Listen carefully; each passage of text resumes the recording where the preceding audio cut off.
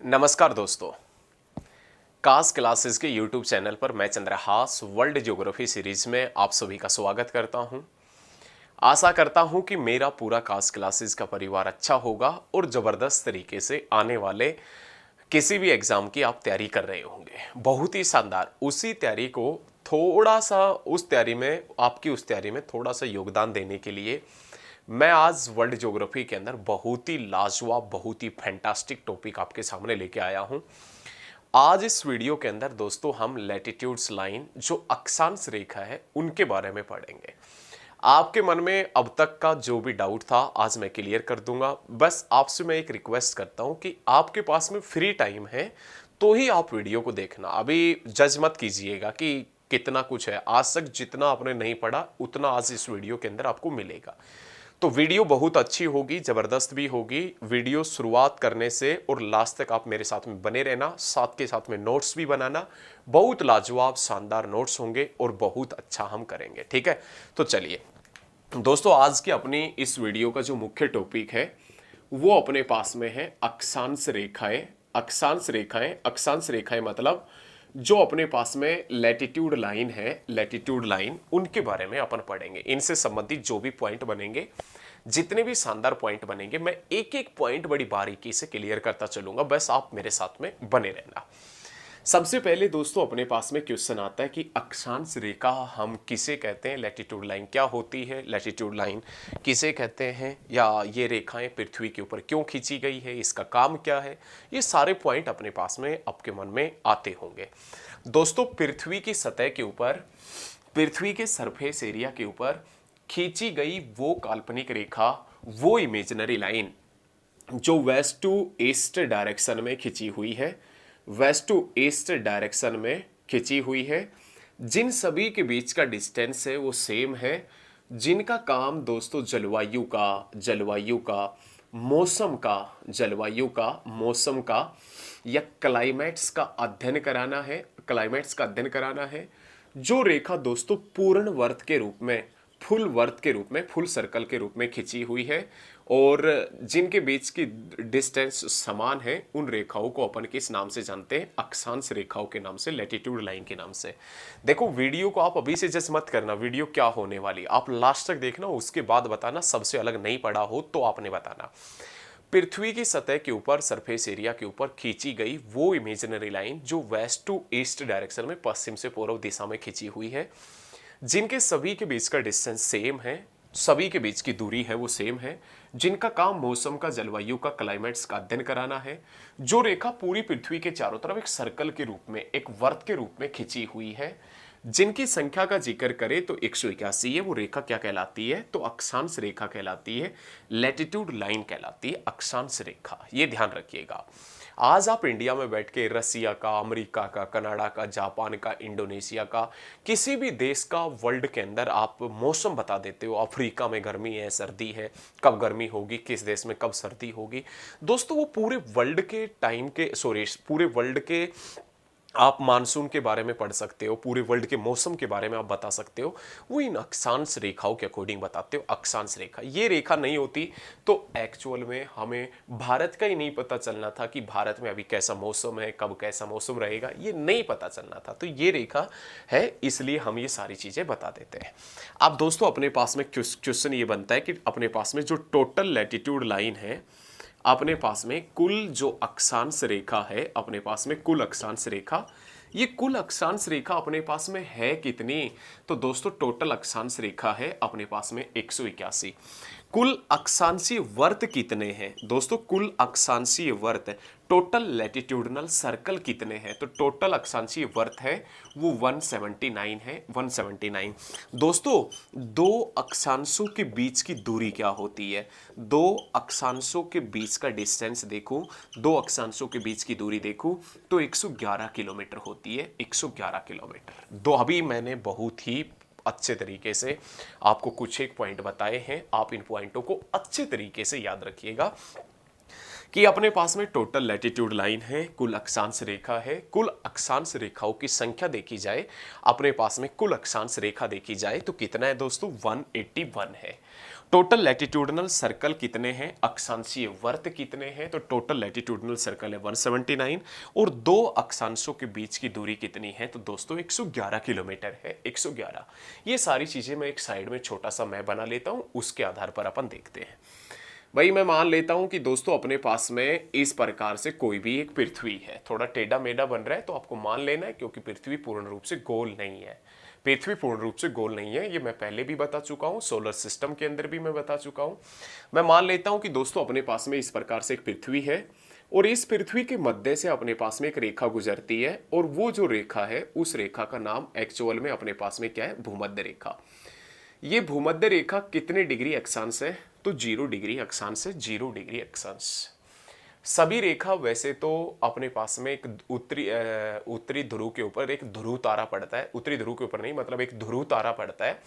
उस ध्रुव तारे के अनुसार, ध्रुव तारे के अनुसार सभी अक्षांश रेखाएं ध्रुव तारे के अनुसार खिंची हुई है। लेकिन यहां बात है समझने की कि अक्षांश रेखा कैसी खिंची हुई है, तो वो आप एक बार चीज देखें।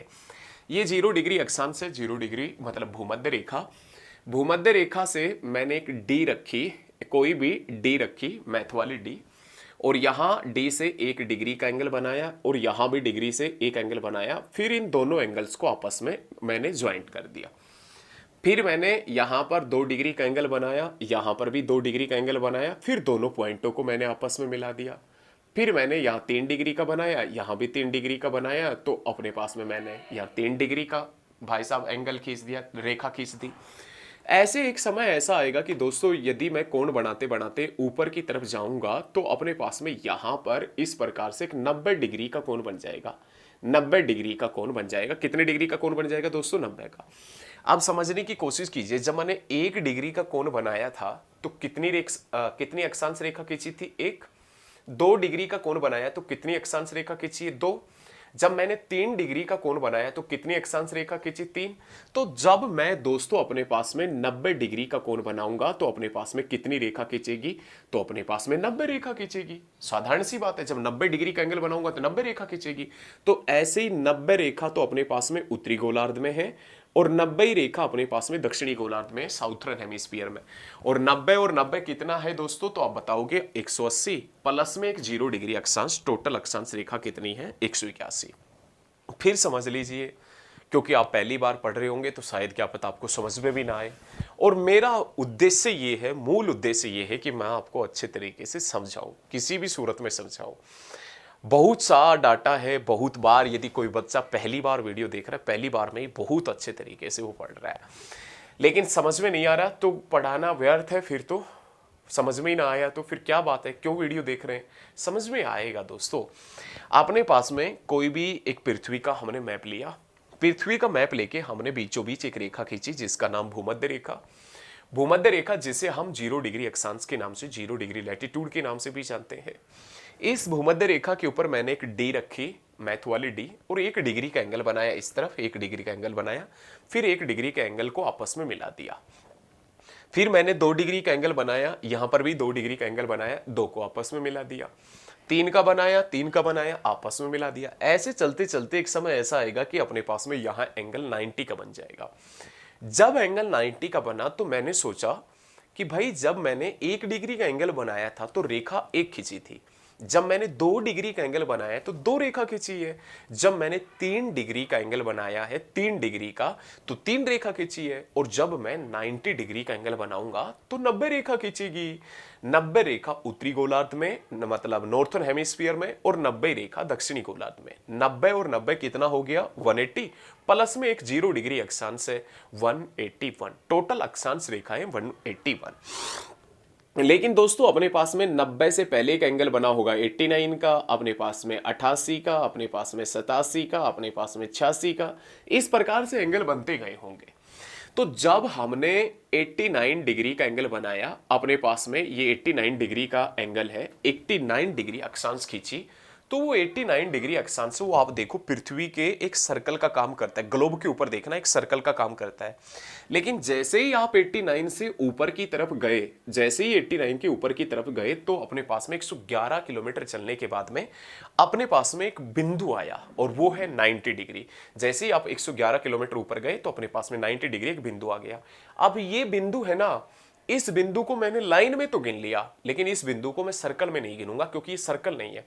89 डिग्री तक सर्कल है, 89 डिग्री तक दोस्तों क्या है, सर्कल है, वर्त है। लेकिन 89 से जैसे ही मैं ऊपर की तरफ बढ़ूंगा तो अपने पास में 90 डिग्री आएगा। अब 90 डिग्री है ना, वो सर्कल नहीं है, ये ध्यान रखना दोस्तों। 90 डिग्री है, वो सर्कल नहीं है। उस 90 डिग्री को मैंने रेखा में तो गिना है, लेकिन सर्कल में नहीं गिनूंगा। तो एक यहां से कम हो जाएगा, एक यहां से कम हो जाएगा, तो 181 माइनस 2, 179। टोटल अक्षांशीय सर्कल पूछे तो कितना है, तो अपने पास में 179 है, 179। अब दो अक्षांशों के बीच की दूरी है, वैसे तो ये 111 किलोमीटर दिखाता है, लेकिन हम निकाले तो ये दो अक्षांशों के बीच की दूरी 111.13 किलोमीटर आती है, 111.13 किलोमीटर आती है। चलो मैं आपसे निकाल के ही दिखा देता हूं। बहुत बढ़िया पढ़ रहे हो, नो डाउट आपको समझ में भी आ रहा होगा, अच्छे तरीके से आप एक एक पॉइंट क्लियर करते चल रहे हो। दोस्तों मैं मान लेता हूं कि अपने पास में ये जो पृथ्वी की परिधि है, सरकमफ्रेंस है, ये जो पृथ्वी की परिधि है, मतलब इस प्रकार से और इसके जस्ट पीछे इस प्रकार से ये जो पृथ्वी की परिधि है ना, इस परिधि को अपन किस नाम से जानते हैं, तो दोस्तों ध्रुवीय परिधि के नाम से जानते हैं। ध्रुवीय परिधि मतलब पोलर सरकमफ्रेंस है वो। और ध्रुवीय परिधि कितनी है पृथ्वी की, तो 40,008 किलोमीटर है, 40,008 किलोमीटर। यहां तक क्लियर है ना। अब मैं इस नीचे वाली पृथ्वी को हटा देता हूं, नीचे वाली जो पृथ्वी है इसको मैं हटा देता हूं। अब मैं सिर्फ और सिर्फ आधी पृथ्वी का जिक्र कर लेता हूं, आधी पृथ्वी का। तो इस पृथ्वी की जो परिधि है, इसके पीछे वाला हिस्सा है और ये सामने वाला हिस्सा है, मतलब इस प्रकार से ये हाफ, मतलब इसके पीछे और इसके आगे ये हाफ पृथ्वी ले ली।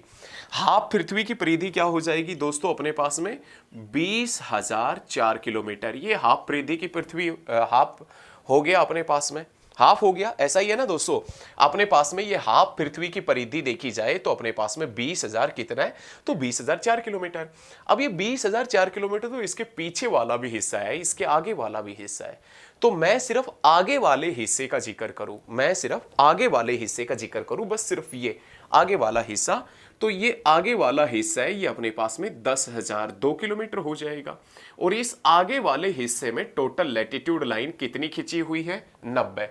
तो 90 अक्षांश है, 90 अक्षांश, और इनकी जो परिधि है इनके बीच की वो कितना है, तो दोस्तों अपने पास में इसके बीच की दूरी है टोटल 90 अक्षांशों के बराबर कितना है, तो सिर्फ ये वाला आगे वाला हिस्सा ये कितना है, 10,002 किलोमीटर।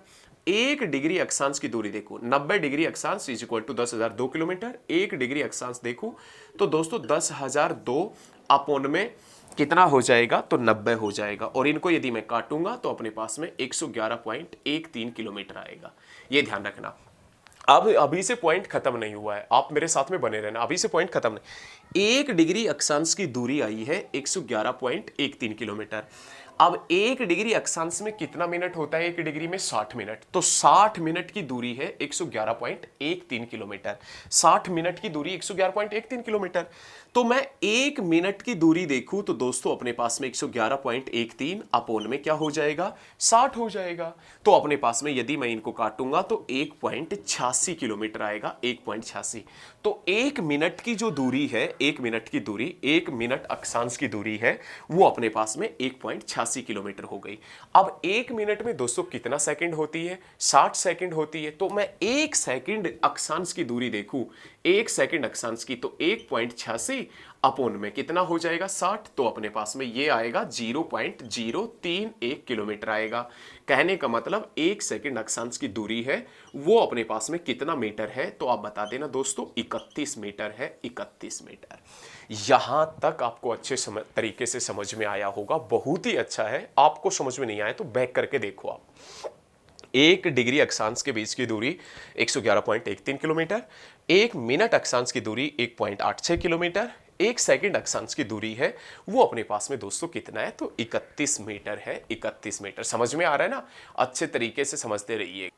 तो बहुत अच्छे तरीके से आपको एक एक पॉइंट समझ में आ रहा होगा। यहाँ तक मेरे हिसाब से आपको शायद अच्छे तरीके से समझ में आया है, अच्छे तरीके से आप पढ़ भी रहे हो। तो अब मैं थोड़ा सा आगे बढ़ाता हूँ, इसको साफ कर देता हूँ कि अपने पास में जो वर्ड है इसको थोड़ा सा रफ कर देता हूँ।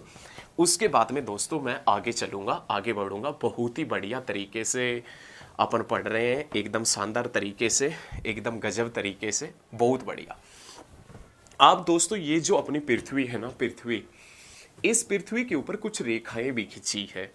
अभी से तो बहुत सारे पॉइंट बाकी है। अभी से तो मैं को लैटिट्यूड भी बताऊंगा, और अपने पास में हॉर्स लैटिट्यूड है, अपने पास में असो अक्षांश वो भी बताऊंगा। उसके बाद में क्लाइमेट्स की जो पेटी है उनसे संबंधित पॉइंटों का भी मैं डिस्कशन करूंगा। तो अपने पास में कुछ रेखाएं इस पृथ्वी के ऊपर खींची हुई है, उनके बारे में पढ़ लेता हूँ। मान लेता हूं कि दोस्तों अपने पास में इस प्रकार से एक पृथ्वी है, और इस पृथ्वी के मध्य से एक रेखा गुजरती है, और ये जो रेखा है, इस रेखा का नाम दोस्तों अपने पास में क्या है, तो भूमध्य रेखा, जिसे आप किस नाम से भी जानते हैं, इक्वेटर के नाम से। और ये अपने पास में क्या है, तो 0 डिग्री लैटिट्यूड है, 0 डिग्री अक्षांश से 0 डिग्री अक्षांश। इसी पृथ्वी के ऊपर नॉर्थन हेमिस्फीयर में, उत्तरी गोलार्ध में 23.5 के ऊपर एक रेखा खींची है, जिसका नाम ट्रोपिको कैंसर कर्क रेखा है। और इसी पृथ्वी के ऊपर 23.5 के ऊपर साउथ के अंदर एक रेखा खींची है, और उस रेखा को अपन किस नाम से जानते हैं, तो दोस्तों मकर रेखा के नाम से। बहुत ही बढ़िया है, और भी रेखा खींची है, मैं आपको सारी क्लियर कर दूंगा। आप थोड़ा इंतजार तो करो, इतनी जल्दबाजी किस चीज की है, इंतजार करो, इंतजार का फल मीठा होता है, मजा आ रहा है कसम से। अपने पास में ये रेखा जिसका नाम कर्क रेखा, ये अपने पास में इक्वेटर भूमध्य रेखा, ये अपने पास में कौन सी रेखा है, मकर रेखा। सबसे पहले मैं जिक्र कर लेता हूं दोस्तों अपने पास में कर्क रेखा का, ट्रोपिक ऑफ कैंसर का। ये जो कर्क रेखा है ना दोस्तों, विश्व के 18 देशों से गुजरती, वर्ल्ड के 18 कंट्रियों से, 18 देशों से पास आउट होती है। ये रेखा दोस्तों 3 महाद्वीपों से गुजरती है, 3 महाद्वीपों से। 3 महाद्वीपों में दोस्तों अपने पास में एक एशिया भी पड़ता है, उस एशिया से भी गुजरती है। दोस्तों ये रेखा एशिया महाद्वीप के 8 देशों से गुजरती है, 8 देशों से। 8 देशों में दोस्तों अपने पास में एक इंडिया भी पड़ता है, भारत भी पड़ता है, उस भारत से भी गुजरती है। दोस्तों ये रेखा भारत के 8 राज्यों से गुजरती है, 8 राज्यों से ये रेखा गुजरती है। 8 राज्यों में सबसे ज्यादा ये मध्य प्रदेश से गुजरती है, और मध्य प्रदेश के 14 जिलों से गुजरती है। 8 राज्यों में सबसे कम ये गुजरात से, राजस्थान से गुजरती है, और राजस्थान के 2 जिलों से गुजरती है। अब 8 राज्य कौन कौन से हैं वो आप एक ट्रिक के माध्यम से याद रखिएगा। कौन कौन से राज्य से गुजरती है, तो गरम, छत, है, जेपी, गरम, छत, है, जेपी, पूरा, रम, पिज्जा, इस प्रकार से आप याद रखिएगा। गै से दोस्तों गुजरात, गै से गुजरात, रै से राजस्थान, मै से मध्य प्रदेश, छत्तीसगढ़, झारखंड, पश्चिम बंगाल, त्रिपुरा और मिजोरम, इन 8 राज्यों से रेखा गुजरती है। समझ पा रहे हैं आप। कर्क रेखा ट्रोपिक ऑफ कैंसर है, 18 देशों से गुजरती है, 3 महाद्वीपों से। 3 महाद्वीपों में एक एशिया है, एशिया के 8 देशों से रेखा गुजरती है। 8 देशों में इंडिया है, इंडिया के 8 राज्यों से रेखा गुजरती, 8 राज्यों से रेखा गुजरती। 8 राज्यों में सबसे ज्यादा दोस्तों ये रेखा मध्य प्रदेश से गुजरती है, 14 जिलों से। सबसे कम ये रेखा कहां से गुजरती, तो राजस्थान, और राजस्थान के कितने जिलों से, 2 जिलों से, जिसमें मैंने ट्रिक भी बता दी कि वो 8 स्टेट कौन कौन से हैं। लेकिन दोस्तों ये जो अपने पास में कर्क रेखा है, इसको एक नदी भारत में 2 बार काटती है। कर्क रेखा को भारत में 2 बार काटने वाली नदी जिसका नाम है माही नदी, एक बार गुजरात में और एक बार राजस्थान में काटती है, एक बार गुजरात में, एक बार राजस्थान में, ठीक है। उसके बाद में दोस्तों अपने पास में नाम आता है भूमध्य रेखा, जो अपने पास में इक्वेटर है, भूमध्य रेखा है, उसका नाम आता है। भूमध्य रेखा दोस्तों 13 देशों से होके गुजरती है, 13 देशों से। और ये रेखा भी दोस्तों अपने पास में 3 महाद्वीपों से होके गुजरती है, 3 कॉन्टिनेंट से होके गुजरती है। और ये जो भूमध्य रेखा है ना दोस्तों, भूमध्य रेखा इक्वेटर है, 3 महाद्वीपों में एक एशिया से भी गुजरती है, एशिया से, और एशिया के 3 देशों से गुजरती है, 3 देशों से। अब वो एशिया महाद्वीप के 3 देश कौन से हैं, तो मालदीव है, एक अपने पास में इंडोनेशिया है, और एक अपने पास में देश पड़ता है दोस्तों जिसका नाम है किरीबती। मालदीव, इंडोनेशिया और किरीबती, इन देशों से होकर रेखा गुजरती है। दोस्तों ये जो भूमध्य रेखा है ना, अपने पास में इक्वेटर है, ये जो अपने पास में भूमध्य रेखा है, इस भूमध्य रेखा से भारत भूमध्य रेखा से कितना किलोमीटर दूर है? तो 876 किलोमीटर दूर है। भारत इस रेखा के ऊपर ही पड़ता है, इस रेखा के ऊपर। ये अपने पास में यहाँ इंडिया है, तो ये भारत इस भूमध्य रेखा से कितना किलोमीटर दूर है? 876 किलोमीटर दूर है। और इस रेखा को दोस्तों कौन सी नदी दो बार काटती है? तो कांगो अथवा जायरे नदी है, कांगो अथवा जायरे नदी, वो इस रेखा को काटती है, कांगो अथवा जायरे नदी। और ये कहाँ काटती है? तो दोस्तों अफ्रीका महाद्वीप में काटती है, अफ्रीका कॉन्टिनेंट में। जो भूमध्य रेखा है अपने पास में, इक्वेटर है, उसको दो बार काटने वाली नदी का नाम क्या है? कांगो अथवा जायरे है। और ये नदी कहाँ काटती है? तो दोस्तों अफ्रीका जो कॉन्टिनेंट है, अफ्रीका जो महाद्वीप है, उसमें इस रेखा को ये नदी काटती है। उसके बाद में दोस्तों अपने पास में नाम आता है मकर रेखा का नाम आता है, ट्रॉपिक ऑफ कैप्रिकॉर्न का। मकर रेखा का जिक्र करें तो दोस्तों ये 10 देशों से गुजरती है, 10 देशों से। ये रेखा भी 3 महाद्वीपों से होके गुजरती है, अपने पास में 3 जो महाद्वीप है उससे होके ये रेखा गुजरती है। इस मकर रेखा को भी एक नदी अफ्रीका में 2 बार काटती है। और मकर रेखा को अफ्रीका में जो नदी 2 बार काटती है, उस नदी का नाम दोस्तों क्या है? तो लिम्पोपो नदी। मकर रेखा को अफ्रीका में 2 बार जो नदी काटती है उसका नाम क्या है? तो लिम्पोपो नदी, उसका नाम है लिम्पोपो रिवर है। ये मकर रेखा है, इसको दक्षिण अमेरिका में, दक्षिण अमेरिका जो कॉन्टिनेंट है, दक्षिण अमेरिका महाद्वीप है, वहां पर एक नदी 3 बार भी काटती है। और मकर रेखा को दक्षिण अमेरिका कॉन्टिनेंट में 3 बार जो नदी काटती है, उस नदी का नाम क्या है? बरमैजो। दक्षिण अमेरिका महाद्वीप में मकर रेखा को 3 बार जो नदी काटती है ना, 3 बार जो रिवर कट करती है, उस नदी का नाम दोस्तों क्या है? तो बरमैजो नदी है, बरमैजो नदी। ये चीजें आपने ध्यान रखनी है। अब क्या कोई पूरे वर्ल्ड में दोस्तों ऐसा देश है जिससे होके तीनों रेखा गुजरे? क्या कोई पूरे वर्ल्ड में ऐसा देश है जिससे होके तीनों रेखा गुजरे? तो दोस्तों पूरे वर्ल्ड में ऐसा कोई भी देश नहीं है जिससे होके तीनों रेखा पास आउट होती हो। तो क्या कोई पूरे वर्ल्ड में ऐसा महाद्वीप है जिससे होके तीनों रेखा गुजरे? तो दोस्तों है, अफ्रीका महाद्वीप से तीनों रेखा पास आउट होती है। क्या कोई वर्ल्ड में ऐसा देश है जिससे होके या तो ये 2 रेखा गुजरे या ये 2 रेखा गुजरे? ये और ये तो नहीं जा सकती, ये और ये चली गई तो तीसरी तो ऑटोमेटिक चली जाएगी। तो या तो ये 2 रेखा गुजरे या ये 2 रेखा। तो है दोस्तों, है ऐसा देश, और उस देश का नाम अपने पास में ब्राजील है, ब्राजील। ये जो ब्राजील कॉन्टिनेंट कंट्री है, ब्राजील देश है, इससे होके अपने पास में भूमध्य रेखा और मकर रेखा गुजरती है। और ब्राजील है, ये साउथ अमेरिका जो कॉन्टिनेंट है, दक्षिण अमेरिका महाद्वीप है, इसका देश है ब्राजील, इससे होके रेखा गुजरती है। अच्छे तरीके से समझ में आ रहा है ना? वीडियो को लास्ट तक देखना, कसम से बहुत प्यार रिस्पॉन्स आपकी तरफ से मेरे को मिल रहा है। फिर भी यदि आपका डाउट है किसी भी प्रकार का, XYZ आपको कोई भी डाउट रहता है, तो आप मेरे नंबर पर मैसेज भी कर सकते हैं, 8168314702। इसके ऊपर मैसेज कर दीजिए या आप कमेंट भी कर दीजिए। कमेंट भी आप कर दोगे तो मैं आपका कमेंट भी पढ़ूंगा, कमेंट भी रिप्लाई करूंगा। ये व्हाट्सएप वहाँ पर अपने पास में, कहाँ? तो यूट्यूब के ऊपर। लेकिन फिर भी ज्योग्राफी से रिलेटेड XYZ कुछ भी डाउट आपके पास में है तो यहाँ मैसेज कीजिए, मैं आपके मैसेज का रिप्लाई जरूर करूंगा। लेकिन मैसेज के साथ में आप ये जरूर लिखिएगा कि यूट्यूब से आपका नंबर मिला था, ठीक है? यूट्यूब से नंबर मिला या यूट्यूब पे मैं जुड़ा हूँ, इस प्रकार से आप लिखिएगा जरूर। क्योंकि ऑफलाइन में भी मैं होता हूँ तो वहाँ उन बच्चों से ज़्यादा संपर्क नहीं है, क्योंकि वहाँ तो मैं उनसे रोज़ मिलता ही हूँ। आपसे मैं कभी कभार मिलता हूँ, आप मेरे से मिल रहे हो आके यूट्यूब पे ना, तो आप एक बार मैसेज में यूट्यूब जरूर लिखना, ठीक है? चलो कोई बात नहीं है। अब मैं साफ करता हूं इनको अच्छे तरीके से, और उसके बाद में दोस्तों अपन अभी से बहुत पॉइंट बचे हुए हैं, बहुत सारे पॉइंट अभी से है। अभी मैं आगे नेक्स्ट पॉइंटों का भी जिक्र करूंगा, नेक्स्ट पॉइंट है उनका भी जिक्र करूंगा। अभी अपने पास में दोस्तों होता क्या है कि जब पृथ्वी सूर्य के चारों तरफ घूमती है तो कई बार क्या होता है कि सूर्य का प्रकाश कभी किसी रेखा के ऊपर पड़ता है, कभी किसी रेखा के ऊपर, दिनों रात में भी बदलाव होता है। तो वो देखें एक बार। दोस्तों मैं मान लेता हूं कि अपने पास में इस प्रकार से एक पृथ्वी है, अपने पास में इस प्रकार से मान लेता हूं कि एक पृथ्वी है, और इस पृथ्वी के मध्य से एक रेखा गुजरती है, और इस रेखा को अपन किस नाम से जानते हैं? भूमध्य रेखा के नाम से। 0 डिग्री लैटिट्यूड है।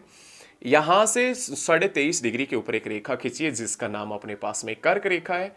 ट्रॉपिक ऑफ कैंसर है, और एक यहां है अपने पास में मकर रेखा, और ये जो मकर रेखा है ना दोस्तों, मकर रेखा, ये अपने पास में ट्रॉपिक ऑफ कैप्रिकॉर्न है। अब दोस्तों सुनो मेरी बात, जब ये पृथ्वी सूर्य के चारों तरफ घूमती है ना, नो डाउट आपको पता है क्योंकि आपने मेरा सोलर सिस्टम पढ़ा है, मेरा नहीं मतलब अपना सोलर सिस्टम पढ़ा है मेरे द्वारा। लेकिन दोस्तों जब ये पृथ्वी सूर्य के चारों तरफ घूमती है तो साल में 2 बार ऐसी घटना होती है, 2 दिन ऐसे आते हैं साल में कि जब सूर्य का सीधा प्रकाश है ना दोस्तों, सूर्य का सीधा प्रकाश, जब पृथ्वी सूर्य के चारों तरफ घूमती है तो सूर्य का सीधा प्रकाश है साल में 2 बार, साल में 2 बार कौन सी रेखा के ऊपर पड़ता है, तो भूमध्य रेखा के ऊपर। और दोस्तों जब साल में 2 बार सूर्य का सीधा प्रकाश भूमध्य रेखा के ऊपर पड़ता है ना, सूर्य का सीधा प्रकाश भूमध्य रेखा के ऊपर पड़ता है, तो उस घटना को अपन किस नाम से जानते हैं, तो विषुव के नाम से, इक्विनोक्स के नाम से जानते हैं, इक्विनोक्स के नाम से। इसी कारण इस रेखा को विषुवत रेखा अथवा इक्वेटर के नाम से भी जानते हैं। दोस्तों जब पृथ्वी सूर्य के चारों तरफ घूमती है तो साल में 2 बार सूर्य का सीधा प्रकाश भूमध्य रेखा के ऊपर पड़ता है, और जब सूर्य का सीधा प्रकाश भूमध्य रेखा के ऊपर पड़ता है उस दिन पूरे वर्ल्ड में दिन और रात बराबर होते हैं। उस दिन पूरे वर्ल्ड में दिन और रात बराबर होते हैं, ये ध्यान रखना। जब सूर्य का सीधा प्रकाश भूमध्य रेखा के ऊपर पड़ता है, इक्वेटर के ऊपर पड़ता है, तो पूरे वर्ल्ड में दिन और रात बराबर होते हैं, दिन और रात बराबर। ये क्लियर है। अब पड़ता कब कब है, तो दोस्तों एक बार 21 मार्च को पड़ता है, 21 मार्च को, और एक बार कब पड़ता है तो दोस्तों अपने पास में 23 सितंबर को पड़ता है। लेकिन जब 21 मार्च को सूर्य का सीधा प्रकाश भूमध्य रेखा के ऊपर पड़ा तो क्या हो गया, विषुव हो गया। तो 21 मार्च को कौन सा विषुव होता है, तो दोस्तों अपने पास में आप बता देना, वसंत विषुव, वसंत विषुव होता है, वसंत विषुव वर्नल इक्विनोक्स होता है। ये भाई सीधा एसएससी आपसे क्वेश्चन पूछेगा कि वसंत विषुव कब होता है, वर्नल इक्विनोक्स कब होता है, तो 21 मार्च को। फिर एक बार सूर्य का सीधा प्रकाश पड़ता है दोस्तों 23 सितंबर को, और 23 सितंबर को अपने पास में क्या होता है, तो दोस्तों ध्यान रखिएगा अपने पास में शरद विषुव होता है, मतलब ऑटम इक्विनोक्स होता है, ऑटम इक्विनोक्स, ये ध्यान रखिएगा। ठीक है दोस्तों, तो आज मैं मान लेता हूं कि अपने पास में 21 मार्च है, 21 मार्च, आज सूर्य का प्रकाश सीधा पड़ रहा है कौन सी रेखा के ऊपर, भूमध्य रेखा के ऊपर। यदि आज मेरे पास में 21 मार्च है तो आज सूर्य का सीधा प्रकाश कौन सी रेखा के ऊपर पड़ रहा है, भूमध्य रेखा के ऊपर। और यदि आज सूर्य का सीधा प्रकाश भूमध्य रेखा के ऊपर पड़ रहा है तो आज पूरे वर्ल्ड में दिन और रात बराबर है, क्योंकि आपको पता है कि जब सूर्य का सीधा प्रकाश भूमध्य रेखा के ऊपर पड़ता है तो पूरे वर्ल्ड में दिन और रात क्या होते हैं, बराबर। तो आज 21 मार्च है, और आज 21 मार्च को जैसे ही सूर्य का प्रकाश भूमध्य रेखा के ऊपर पड़ा दिन रात बराबर हुए। अब पृथ्वी लगातार सूर्य के चारों तरफ घूमती है तो 22 मार्च, 23 मार्च, 24 मार्च, ऐसे चलते चलते एक समय ऐसा आता है कि दोस्तों सूर्य का सीधा प्रकाश 21 जून को कर्क रेखा के ऊपर पड़ता है, कर्क रेखा। और जब सूर्य का प्रकाश 21 जून को कर्क रेखा के ऊपर पड़ता है तो दोस्तों इस घटना को अपन कर्क संक्रांति के नाम से जानते हैं, संक्रांति के नाम से। सूर्य कर्क राशि में आ जाता है। लेकिन दोस्तों आप ये भी ध्यान रखना, जब सूर्य एक राशि से दूसरी राशि में प्रवेश करता है, जब सूर्य एक राशि से दूसरी राशि में प्रवेश करता है, एक्चुअल में उस घटना को अपन संक्रांति के नाम से जानते हैं। और जब 21 जून को सूर्य का प्रकाश कर्क रेखा के ऊपर पड़ता है तो उस घटना को अपन किस नाम से जानते हैं दोस्तों, कर्क संक्रांति के नाम से जानते हैं, कर्क संक्रांति। अब ये कर्क संक्रांति है, ये कब होता है तो दोस्तों 21 जून को होता है। और जैसे 21 जून को कर्क संक्रांति हुआ, अपने पास में 4 पर्सन बनेंगे, बहुत ही खतरनाक टाइप के 4 क्वेश्चन बनेंगे। वो पर्सन क्या बनेंगे वो देखो। अब सूर्य का प्रकाश सीधा पड़ रहा है आज 21 जून को अपने पास में कर्क रेखा के ऊपर, तो कर्क रेखा उत्तरी गोलार्ध में है, और यदि उत्तरी गोलार्ध में सूर्य का सीधा प्रकाश है तो उत्तरी गोलार्ध में गर्मी है, और दक्षिणी गोलार्ध में सूर्य का सीधा प्रकाश है तो तिरछा प्रकाश है दक्षिणी गोलार्ध में, तो वहां सर्दी है। गर्मियों में दिन बड़ा और रात छोटी होती है, सर्दियों में रात बड़ी और दिन क्या होता है, छोटा। तो दोस्तों उत्तरी गोलार्ध में 21 जून को क्या है, गर्मी, तो गर्मियों में दिन कैसा होगा, बड़ा। तो उत्तरी गोलार्ध का, उत्तरी जो गोलार्ध है ना, उत्तरी गोलार्ध, इसका सबसे बड़ा दिन, उत्तरी गोलार्ध का सबसे बड़ा दिन कब होगा, तो अपने पास में 21 जून को। अब उत्तरी गोलार्ध का सबसे बड़ा दिन 21 जून को हो गया तो दोस्तों रात कैसी होगी, छोटी होगी। उत्तरी गोलार्ध की सबसे छोटी रात कब होगी, तो दोस्तों अपने पास में 21 जून को। लेकिन इसी समय दक्षिणी गोलार्ध में सर्दी है, और सर्दियों में रात कैसी होती है, बड़ी। तो दोस्तों दक्षिणी गोलार्ध की सबसे बड़ी रात है, दक्षिणी गोलार्ध की सबसे बड़ी रात है, सबसे बड़ी रात, दक्षिणी गोलार्ध की सबसे बड़ी रात कब, 21 जून को। और दक्षिणी गोलार्ध का सबसे छोटा दिन कब होता है, तो दोस्तों आप बताएंगे 21 जून को। अब रात बड़ी हो गई तो दिन कैसा होगा, छोटा होगा।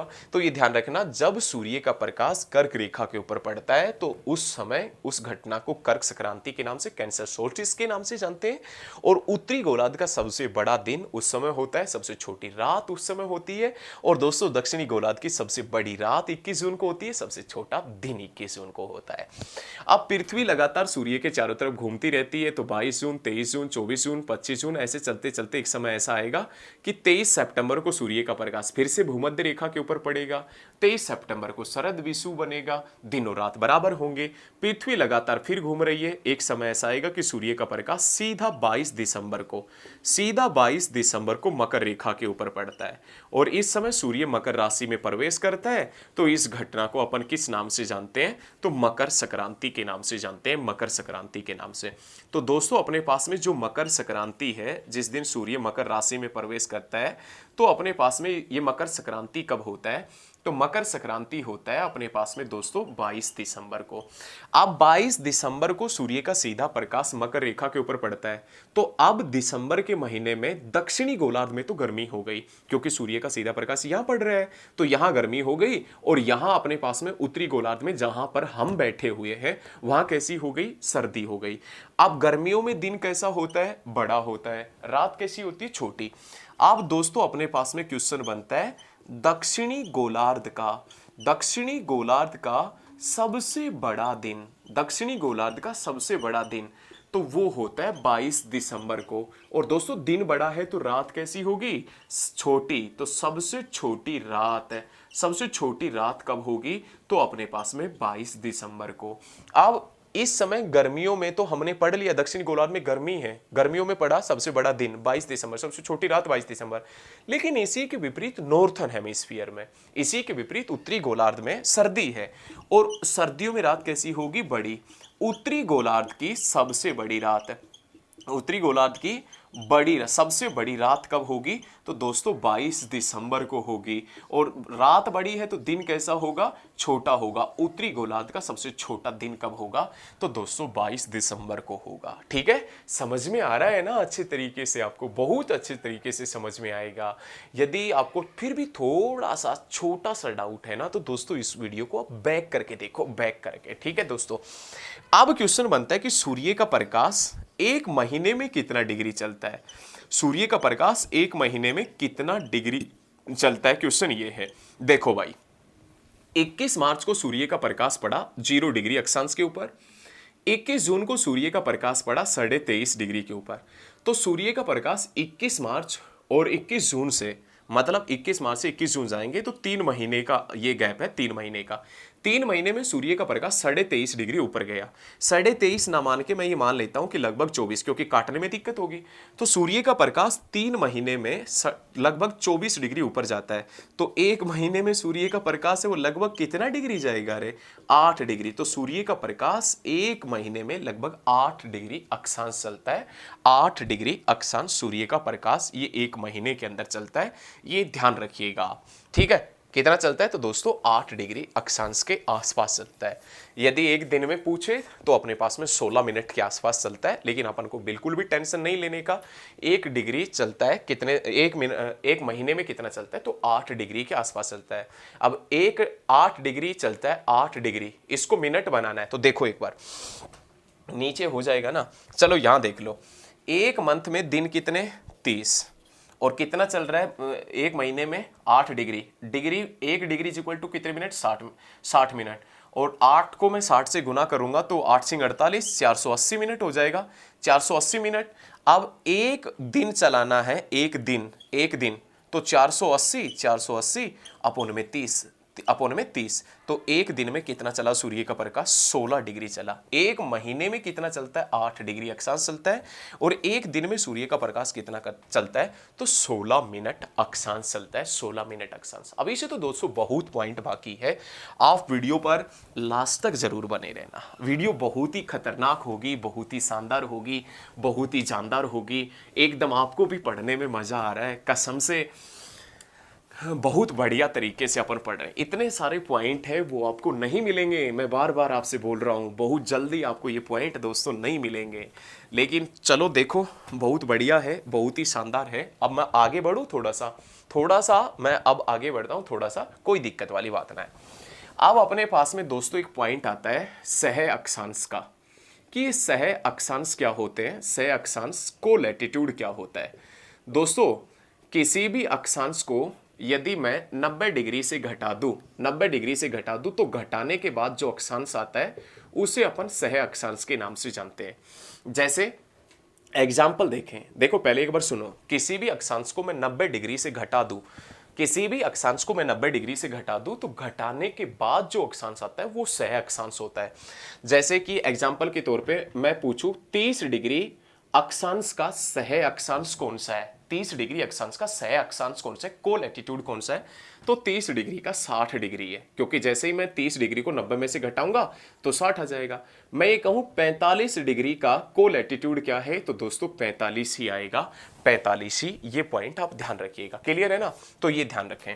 उसके बाद में दोस्तों अपने पास में नाम आता है असव अक्षांश। असव अक्षांश, असव अक्षांश है हॉर्स लैटिट्यूड। ये क्या होते हैं, तो दोस्तों 30 डिग्री से 45 डिग्री के बीच में जो पेटियां मिलती है, 30 डिग्री से 45 डिग्री के बीच में जो पेटियां मिलती है, उन पेटियों को अपन असव अक्षांश के नाम से जानते हैं। इनका जिक्र मैं थोड़ा सा आगे चल के भी करूंगा।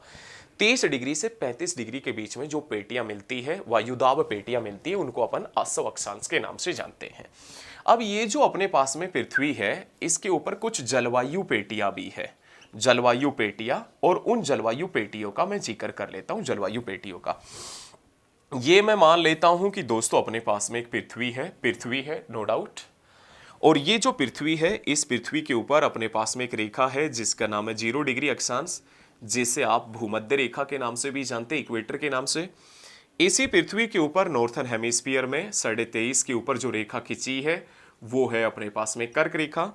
इसी पृथ्वी के ऊपर साउथर्न हेमिस्फीयर में 23.5 डिग्री के ऊपर जो रेखा खींची है, इस रेखा को अपन मकर रेखा के नाम से जानते हैं। इसी पृथ्वी के ऊपर दोस्तों नॉर्थर्न हेमिस्फीयर में, नॉर्थर्न लैटिट्यूड में 66.5 डिग्री के ऊपर जो रेखा खींची है, उसका नाम है अपने पास में आर्कटिक वर्त है, आर्कटिक वर्त, आर्कटिक सर्कल है। और इसी पृथ्वी के ऊपर 66.5 डिग्री के ऊपर, 66.5 डिग्री के ऊपर जो रेखा खींची है, उसका नाम अंटार्कटिका है, अंटार्कटिका वर्त। नीचे अंटार्कटिका महाद्वीप है, जिसके कारण ये अंटार्कटिका वर्त के नाम से जानी जाती है।